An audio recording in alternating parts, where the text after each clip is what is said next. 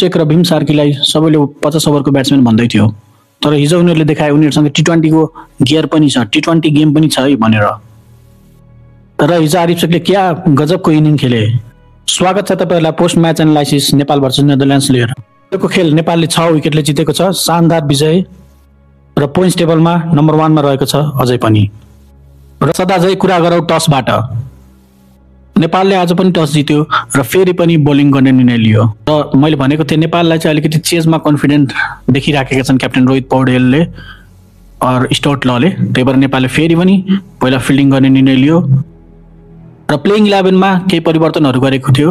किरण ठगुन्नालाई हटाएर भीम सार्कीलाई ल्याएको थियो र बासिर अहमदको ठाउँमा आरिफ शेखलाई ल्याएको थियो भने अनिल शाहको ठाउँमा आसिफ शेखलाई फेरि प्लेइङ 11 मा मौका दिएको थियो। सुरुमा जब नेदरल्यान्ड्स ब्याटिङमा उत्रियो, नेपाल सुरुवातदेखि नै खेलमा हाबी देखियो। पहिलो पावर प्लेमै 4-5 वटा विकेट लान सफल रह्यो। र एकातर्फ भने माइकल लेभिट धेरै नै राम्रो खेलिराखेका थिए, राम्रो स्ट्राइक रेटले, 200 को स्ट्राइक रेटले उनलाई बाउन्ड्री हान्न कुनै गाह्रो भइराखेको थिएन। र नेपाली बलिङको लाइन एन्ड लेन्थ पनि अस्तिको म्याच जस्तो देखिएन। आज अलिकति खराब देखियो, लेग साइडतिर अथवा क्लिप गर्न खोजेको, एलबिडब्ल्यू धरापमा पार्न खोजेको जस्तो देखियो बोथ करण सन्दीपबाट हैन। र एकातर्फबाट विकेट गइराखेको थियो हैन। म्याच चाहिँ कस्तो भयो भन्दाखेरि एकातर्फबाट विकेट पनि गइराखेको थियो र अर्कोतर्फ माइकल लेभिट चट्टान जसरी उभिएका थिए के, बाउन्ड्री पनि हानेका थिए, कुनै बलर पनि काम लाग्दैन, जहाँ फाले पनि छक्का चौका हैन। र माइकल लेभिटले चाहिँ नेपालबाट गेम टाढा लगिराखेका थिए र त्यहाँनिर चाहिएको त्यो सोलिड कमब्याक कसले लिएर त विकेट यो क्राइसिस सिचुएसनमा। किनभने माइकल लेभिट अझै 2-3 ओभर खेलेको भए हाम्रो नेदरल्यान्ड्सले सजिलै 180-190 बनाउँथ्यो र 180-190 चिज गर्न टफ हुन्छ यो विकेटमा। समहाउ नेपाल खेलमा फर्कियो है। करण केसीले माइकल लेभिटलाई क्याच आउट बनाए, अलिकति पछाडि बल राखे र माइकल लेभिट त अब सर्ट खेल्न रुचाउँछन्, उनी त्यति डट खेल्न अथवा डिफेन्स गर्न त्यति रुचाउँदैनन् र सिधै क्याच दिन पुगे र त्यहाँबाट फेरि नेपाल खेलमा फर्कियो र जसो तसो रोक्यो भनौँ न। टिममा री भ्यान्डर मर्वे र आर्यन दत्तको बिचमा सानो 45 रनको पार्टनरसिप भयो र अब यो यहाँनिर चाहिँ इम्प्रुभ गर्नुपर्छ नेपालले। जस्तै टेलेन्डरहरू अपोनेन्ट टिमको अलिकति त्यहाँनिर टिकिराखेका छन्, हाम्रो बलिङमा इजिली खेलिराखेका छन् हैन। तर अब नेपालकोमा कुरा गर्दा नेपालको त ब्याटिङ तलसम्म छ। हाम्रो त लगभग मुन्टी देसाईले सबैलाई अलराउन्डर जस्तो बनाइदिनु भएको छ एक्सेप्ट ललित हैन।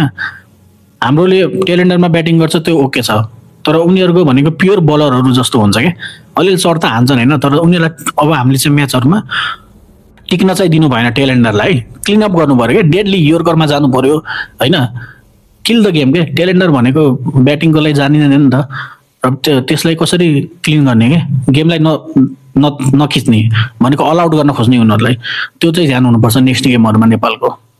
त्यही हो, डेथ ओभरमा अब नन्दन छैनन्, घाइते छन् हैन, अब त्यो कारणले पनि होला अलिकति प्रब्लम आएको र केही छैन। स्टिल 174 टार्गेट दियो र यो चाहिँ अलिकति अब ट्रिकी टार्गेट थियो, यत्रो चेज गर्न सक्ला कि नसक्ला नेपालले भन्ने कुरा थियो हैन। र बोलिङतर्फ नेपालको सन्दीप लामिछाने अलि महँगो साबित भयो आज चाहिँ, उनी त्यति टचमा देखेनन् भनौँ। र जवाफी 175 रनको टार्गेट जब नेपाल चेज गर्न उत्रियो, नेपालको नि ठिकै सुरुवात भयो। अलिकति फर्स्ट पार्टनरसिप चाहिँ 22 रनको भयो कुशल भुर्तेल र आसिफ शेखको बिचमा।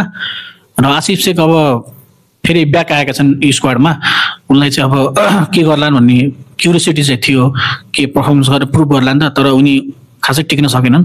त्यसपछि आयो भीम सार्की, धेरै पछि उनलाई टी20 मा मौका दियो, अथवा भन्नुपर्दा टी20 डेब्यू नै थियो है, उनको डेब्यू म्याच थियो, डेब्यू म्याच रहेको थियो र उनले कुशल भुर्तेलसँग 32 बलमा 54 रनको शानदार म्याच विनिङ पार्टनरसिप नै गर्यो भन्नुपर्छ है। किनकि त्यहाँनिर एकातर्फबाट विकेट गयो भने भुर्तेललाई पनि प्रेसर आउँथ्यो र भुर्तेल पनि आउट हुन्थ्यो। Bhim Sarki hats off to you, उनीसँग छ है टी20 पनि खेल्न सक्ने छ भनेर उनले प्रुभ गरेका छन् कोचलाई, म्यानेजमेन्टलाई र फ्यान्सहरूलाई हैन। किनकि उनी त 3rd नम्बर ब्याटिङ गर्छन् 50 ओभरमा र टी20 भने हामीलाई त्यो स्टेबिलिटी चाहिएको छ बिचमा, जुन मिडल अर्डरमा त्यो चाहिँ दिलाउन सक्छन् है भीम सार्कीले। Well done Bhim Sarki. र त्यसपछि अर्को पार्टनरसिप आयो कुशल भुर्तेल र रोहित कुमार पौडेल बिचमा 19 बलमा 21 रनको, र त्यो पार्टनरसिपमा चाहिँ मोस्टली कुशल भुर्तेलले हानेका थिए रन। रोहित पौडेल खासै चलेका छैनन्, क्याप्टेनसिप छन् हैन, उनमाथि धेरै प्रेसर छ रन हान्नुपर्ने, तर उनी यो टुरमा खासै यो टी20 सिरिजमा चल्न सकेका छैनन्, सस्तोमा आउट भइराखेका छन्। र उनलाई अब कसरी उनको पर्फर्मेन्स माथि ल्याउन सकिन्छ अब टिम म्यानेजमेन्टले हेर्नुपर्छ हैन। क्याप्टेन्सीको प्रेसर हो कि अथवा के छ के, जुन पहिलाको रोहित पौडेल हुन्थ्यो नि क्याप्टेन नहुँदाको, फ्रीली खेल्दै पारस खड्काको क्याप्टेनसिप अन्डरमा। त्यो रोहित पौडेल यो जुन क्याप्टेन भएपछि देखाएको छैन है। म्याच त जितिरहेछ नेपालले, म्याच किन जितिरहेछ, अरू कुरा सबै कुरा राम्रो गरेर जितिरहेछ, क्याप्टेनसिप पनि बोलिङ चेन्जेसहरू पनि राम्रो गरेर जितिरहेछ।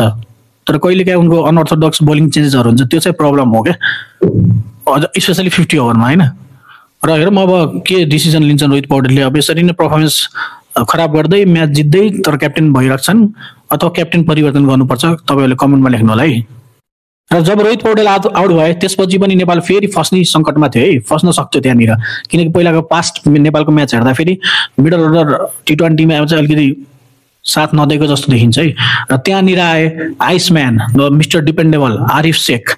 50 ओभरमा त थाहा भइसक्यो उनको क्यापेबिलिटी होइन, तर के 20 ओभरमा पनि उनको ठाउँ बन्छ त नेपालको T20 साइडमा भन्ने कुरा सबैको मनमा क्युरियोसिटी थियो होइन। त्यसलाई चाहिँ उनले प्रुभ गरेर देखाए, क्या बाउन्ड्री हाने विक्रमजित सिंहलाई त्यो ओभरमा। तपाईँले याद होला नि, छक्का चौका नोबल पनि गराउन बाध्य भयो विक्रमजित सिंह। भनेको उनीसँग त्यो T20 वाला गेम पनि छ क्या। अब हाम्रो मिडल अर्डरमा चाहिँ आरिफ शेखलाई राख्नै पर्ने हुन्छ T20मा पनि। उनले एनपिएलमा पनि देखाएका थिए उनको पर्फर्मेन्सहरू होइन। Don't think Arif Sheikh is only 50 over batsman, he has the potential to hit boundaries, to switch gears, single डबलको खेल पनि उनीसँग राम्रो छ होइन। र सेकेन्ड ठुलो पार्टनरसिप आरिफ र कुशल भुर्तेलको बिचमा रह्यो 27/44 र यसले चाहिँ म्याच अलिकति नेपालको पक्षमा ल्यायो होइन। र जब कुशल भुर्तेल पनि आउट भयो 60 रन जति हानेर, र त्यसपछि आयो दिपेन्द्र सिंह सेरिएरी र सानो पार्टनरसिप भयो 20 रनमा 27 रनको। र अन्तिममा चाहिँ आरिफ शेख चाहिँ इन्जोर्ड भयो क्या होइन। नेपालको खेलमा के भइरहेको, जो राम्रो खेल्छ इन्जोर्ड हुन्छ, गुलसन इन्जर्ड होइन, राम्रो खेलिरहेको थिए, सोमपाल इन्जर्ड, नन्दनले राम्रो के अरे पर्फर्मेन्स गरे, चौका हानेर म्याच सुपर ओभरसम्म लग्यो, उनी घाइते होइन। डेथ ओभरमा राम्रो बोलिङ गरिरहेको थियो, उनी घाइते। यो चाहिँ के भइरहेछ नेपाललाई, कसैले जादु तुना गर्यो क्या हो, जो राम्रो खेल्छ त्यो घाइते, फेरि आरिफ घाइते। अब लास्टमा चाहियो 7 रन, फेरि नयाँ ब्याट्सम्यान आउनु भयो। अब नयाँ ब्याट्सम्यान कसलाई पठाउने होइन। एकातिर त थिए दिपेन्द्र सिंह हेरी, त्यहाँनिर पनि म्याच फस्न सक्थ्यो, तर पठाए स्टोट लले लोकेश बाम र फर्स्ट बलमै उनले छक्का हाने। उनको गेमै त्यही हो, अब बाउन्ड्री हान्ने, उनको त्यो सिङ्गल डबल खेल छैन जस्तो लाग्छ मलाई होइन। र बिचमा 2टा डट खाएर अलिकति म्याच फसाउन पनि खोजेका थिए, तर अब प्रेसर भएन नि त। के अरे 4 बलमा 1 रन त ल्याउन त्यति प्रेसर भएन। फर्स्टमा बाउन्ड्री हानेर चाहिँ उनले प्रेसर रिलिज गरे है। र यसरी खेल नेपालले 6 विकेटले जित्यो। की पर्फर्मेन्स नेपालको बोलिङतर्फ रह्यो आज दिपेन्द्र सिंह हेरी, उनले कम रन दिएर विकेट पनि लिए होइन। करण केसी पनि राम्रो रह्यो बोलिङतर्फ भने। यता ब्याटिङतर्फ कुशल भुर्तेल, भीम सार्की र आरिफ शेखको राम्रो योगदान रह्यो र अन्तिममा लोकेशले फिनिस पनि गरे। र नेपालको बोलिङतर्फ टर्निङ पोइन्ट रह्यो जब माइकल लेभिटलाई करण केसीले आउट बनायो होइन। त्यहाँबाट टर्निङ पोइन्ट भयो, जुन अघि हामी पनि भनिसक्यौँ होइन। त्यहाँनिर अलिकति टिकेको भयो, अलिकति टार्गेट पनि बढी हुन्थ्यो र नेपाललाई चेज गर्न अलिकति गाह्रो हुन्थ्यो है। त्यो छ फर्स्टमा चाहिँ टर्निङ पोइन्ट। र अर्को यतापट्टि नेपालको ब्याटिङमा टर्निङ पोइन्ट मान्नुपर्छ, जुन आरिफ शेखले इनिङ खेले होइन। किनकि त्यो सिचुएसनमा आएर रिक्वायर्ड रन रेट पनि मेन्टेन गरे र नेपाललाई गेममा ब्याक ल्याए, त्यो चाहिँ टर्निङ पोइन्ट रह्यो।